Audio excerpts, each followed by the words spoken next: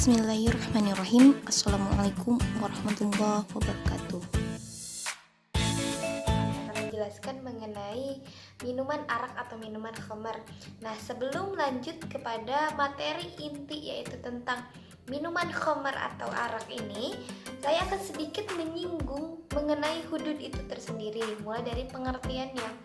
Pengertian dari hudud itu berasal dari kata jamak al-had, yang berarti pembeda antara dua hal, atau bisa dikatakan pembeda antara yang satu dengan yang lainnya. Sedangkan had secara bahasa dikatakan adalah suatu cegahan, suatu penekanan, dan suatu larangan.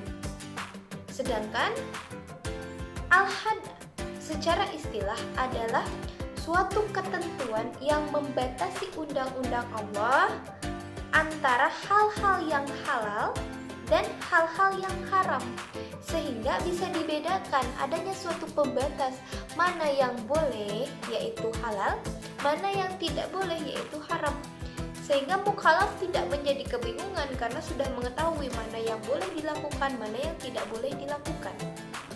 Baik, kita memasuki materi yang kedua atau pembahasan yang kedua, yaitu mengenai pengertian dari khamar atau miras tersebut. Pengertian dari khamar menurut fikih yaitu adalah muskir. Muskir itu apa? Muskir itu adalah segala sesuatu yang memabukkan, baik itu khamar yang terbuat dari perasan anggur maupun yang lainnya. Muskir itu sendiri hukumnya adalah haram. Bisa dikatakan seperti itu karena tertera atau dituangkan dalam Quran surat Al-Maidah ayat 90 yang artinya, hai orang-orang yang beriman, sesungguhnya meminum khamar, berjudi, menyembah berhala, mengundi nasib dengan anak panah itu adalah perbuatan syaitan, maka kita dilarang untuk melakukan hal tersebut. Dari ayat tersebut, khamar hanya dijelaskan secara sedikit. Namun ayat tersebut sudah mengandung bahwasanya segala sesuatu yang memabukkan itu diharamkan. Ayat itu juga didasarkan juga atau diperkuat dengan hadis Rasulullah SAW yang berbunyi, segala sesuatu yang memabukkan adalah haram. Hadis riwayat Bukhari dan Muslim. Di sana juga dijelaskan bahwasanya meminum sedikit maupun banyak, maupun memabukkan maupun tidak memabukkan itu tetap haram. Kategori minuman atau semua jenis minuman yang termasuk ke dalam khamar yaitu adalah segala sesuatu yang mempunyai sifat seperti khamar, yaitu memiliki sifat yang memabukkan. Jadi segala sesuatu dapat dilihat bahwa itu termasuk dalam kategori khamar, yaitu adalah suatu minuman yang mempunyai sifat yang sama dengan khamar, bukan dilihat dari bahan dan jenisnya, namun dilihat dari sifatnya. Di sini ada ulama yang mengatakan, yaitu ulama Hanafiyah, mengatakan bahwasanya segala sesuatu yang dikatakan khamar atau yang memabukkan, baik sedikit maupun banyak, baik memabukkan maupun tidak, yaitu adalah hanya perasan anggur saja. Perasan buah-buahan lainnya yang hampir menyerupai namun memabukkan juga dikategorikan tidak dalam minuman khamar atau tidak diharapkan untuk diminum. Namun pendapat Abu Hanafiyah ini ditolak oleh beberapa mazhab lainnya.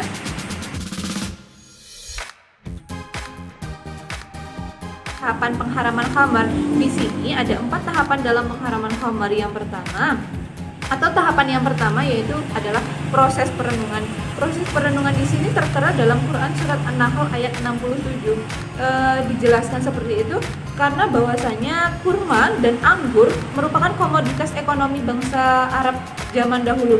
Maka oleh sebab itu Allah menurunkan ayat tersebut karena Allah menyatakan secara tersirat bahwasanya dua buah-buahan tersebut merupakan hasil bumi bangsa Arab yang bisa dijadikan hal baik maupun bisa dijadikan hal yang buruk.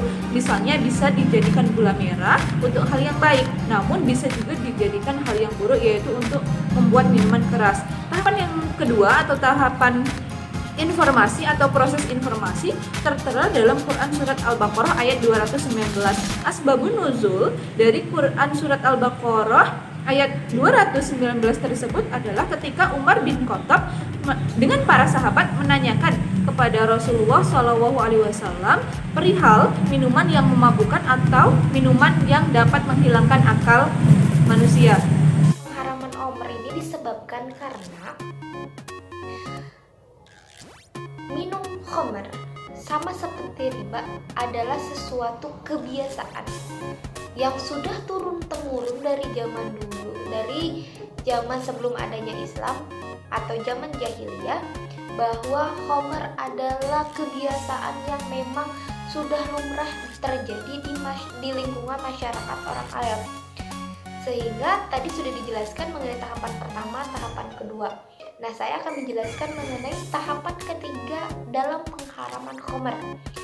Nah, tahapan ketiga dalam pengharaman khamar ini terdapat dalam Quran surat An-Nisa ayat 43, di mana ayat tersebut menjelaskan pengharaman khamar belum seluruhnya, hanya sebagiannya. Di ayat tersebut dijelaskan bahwa khamar diharamkan, akan tetapi tidak seluruhnya. Namun hanya ketika seseorang masih diperbolehkan untuk meminum khamar ketika di luar sholat. Jadi ketika seseorang akan melaksanakan sholat itu haram. Kemudian kalau misalkan unsurnya belum memabukkan, maka masih diperbolehkan. Asbabun nuzul dari ayat ini ketika peristiwa pada saat itu sahabat Nabi yang bernama Abdurrahman bin Auf mengadakan suatu pesta. Kalau kita hajatan, suatu pesta di mana pesta tersebut menyediakan banyak makanan dan juga minuman. Di mana minuman tersebut salah satunya adalah khamar. Nah, salah satu sahabat yang diundang dan datang ke acara Abdurrahman bin Auf itu yaitu Ali bin Abi Thalib. Ali bin Abi Thalib berkata, yang diriwayatkan berkata bahwa pada saat acara tersebut berlangsung, Abdurrahman bin Auf menyediakan untuk para tamu minuman khamar atau yang mengandung unsur memabukkan, khamar. Nah, setelah itu kemudian Ali bin Abi Thalib setelah dia mengikuti pesta, dia sudah ngobrol sana sini, kemudian dia ditunjuk untuk menjadi imam sholat. Nah, setelah itu sholatlah. Nah, setelah Ali bin Abi Thalib itu menjadi imam, pada saat dia membacakan surat pendek setelah Al-Fatihah, dia membacakan surat Al-Kafirun. Akan tetapi pada saat membaca surat Al-Kafirun, karena memang dalam kondisi mabuk, dalam kondisi setengah sadar, Ali bin Abi Thalib membacakan surat Al-Kafirun itu secara terbalik, di mana dia mengatakan bahwa aku akan menyembah apa yang kamu sembah dan kami menyembah apa yang kamu sembah. Itu kan kebalikan dari ayat yang memang sudah dijelaskan, sudah diturunkan bahwa agamamu agamamu, agamaku, kesembahannya beda. Nah, itu kan harusnya. Akan tetapi karena memang dalam keadaan mabuk, maka Ali bin Abi Thalib menjadi imam salah dalam pembacaan surat Al-Kafirun tersebut, sehingga turunlah ayat yang mengatakan tidak diharamkan, tapi masih sebagian diharamkan kalian untuk meminum khamar dalam keadaan ketika kalian akan sholat. Sehingga dalam pengharamannya itu hanya sebagian saja. Jadi diharamkan ketika kalian tidak kehilangan kesadaran dan untuk sholat. Yaitu yang keempat, tahapan pengharaman khamar terakhir, di mana proses pengharaman khamar secara total. Nah, ayatnya itu terdapat dalam Quran surat Al-Maidah ayat 90. Di mana di situ secara jelas adanya suatu larangan secara umum dan mutlak pengharaman khamar. Nah, asbabun nuzul dari ayat ini turun yaitu ketika ada suatu peristiwa di mana Hamzah bin Abu Muthalib radhiyallahu anhu sedang meminum minuman keras yang ditemani oleh seorang budak perempuan yang bernyanyi untuknya. Pada saat itu, budak tersebut berkata, "Hai Hamzah, coba kamu lihat unta yang gemuk tersebut." Lalu dengan seketika, dengan sigap, Hamzah yang sedang duduk langsung berdiri kemudian loncat kepada ponok unta. Ponok unta tuh daging yang menonjol yang berada di punggung unta. Nah, setelah itu Hamzah dalam keadaan yang mabuk dan tidak sadar, Hamzah langsung memotong ponok-ponok unta yang gemuk tadi, kemudian membelah perut unta tersebut dan membelah lambungnya, kemudian mengambil atik dari unta-unta tersebut. Kemudian Ali berkata pada saat itu, dikemanakan ponoknya? Nah, dia mengatakan bahwa ponoknya itu dipotong dan dibawa oleh Hamzah. Nah, pada saat itu ada yang memberitahu kepada Rasul dan Rasul mendatangi Hamzah. Nah, pada saat itu kan terjadi percekcokan, adanya suatu kemarahan tentang peristiwa yang terjadi yang Hamzah lakukan. Maka pada saat itu merasa kebingungan karena memang khamar itu dilarang, akan tetapi ketika hanya dalam keadaan waktu sholat saja. Kalau misalkan dalam keadaan biasa setelah sholat itu masih diperbolehkan. Nah, maka pada saat itu Umar berkata, ya ilahi, berikanlah, kalau secara jelasnya itu kayak berikanlah kejelasan tentang hukum dari khamar ini, karena khamar ini lebih banyak mudorotnya daripada manfaatnya.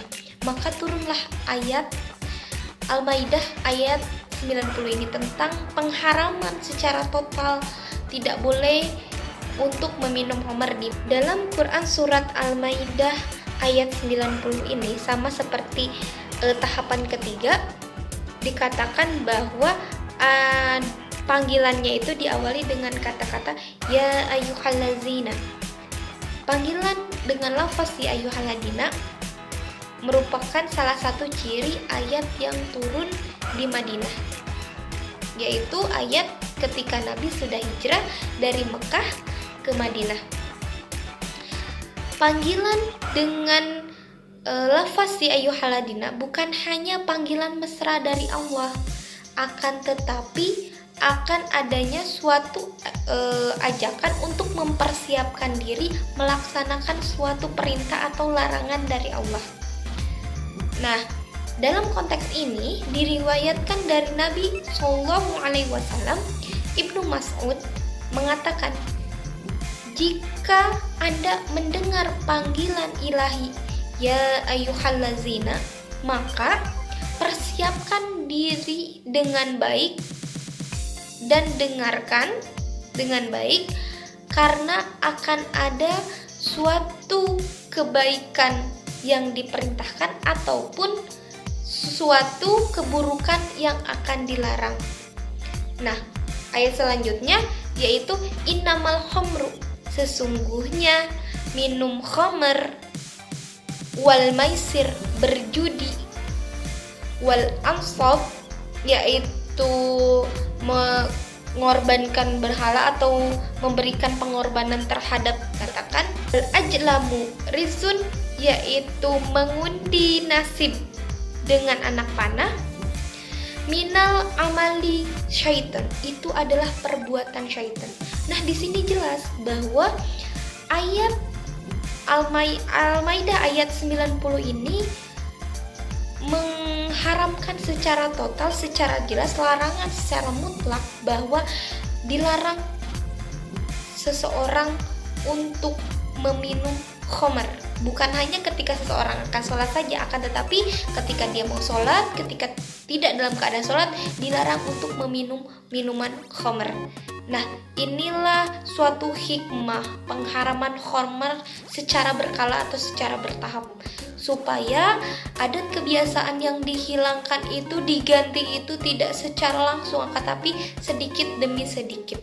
Had miras atau had khamar didasarkan pada hadis Nabi yang mengatakan Nabi berkata bahwa Nabi mencambuk dalam hukuman khamar ini dengan pelepah kurma sebanyak 40 kali.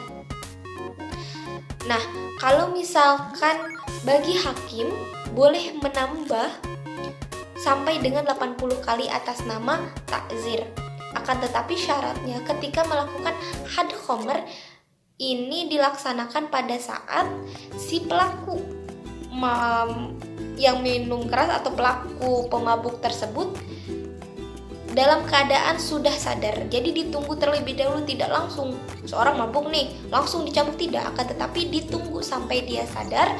Ketika sudah sadar maka dilaksanakanlah cambuk sebanyak minimal 40.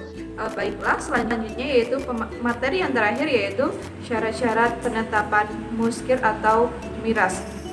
Syarat-syarat orang dikatakan peminum minuman keras yaitu ada dua. Yang pertama yaitu apabila ada dua orang saksi yang melihat bahwasanya seseorang telah meminum miras tersebut atau minuman yang memabukkan. Namun ada kriteria tertentu bagi saksi tersebut untuk mengatakan bahwa seseorang telah meminum miras tersebut, yaitu kriterianya adalah adil. Yang kedua yaitu adanya pengakuan secara langsung oleh peminum minuman keras tersebut. Pengakuan tersebut merupakan hujah atau alasan yang memiliki kesetaraan yang sama dengan saksi. Mungkin itu saja presentasi dari kami kelompok 4. Akhirul kalam, wassalamualaikum warahmatullahi wabarakatuh.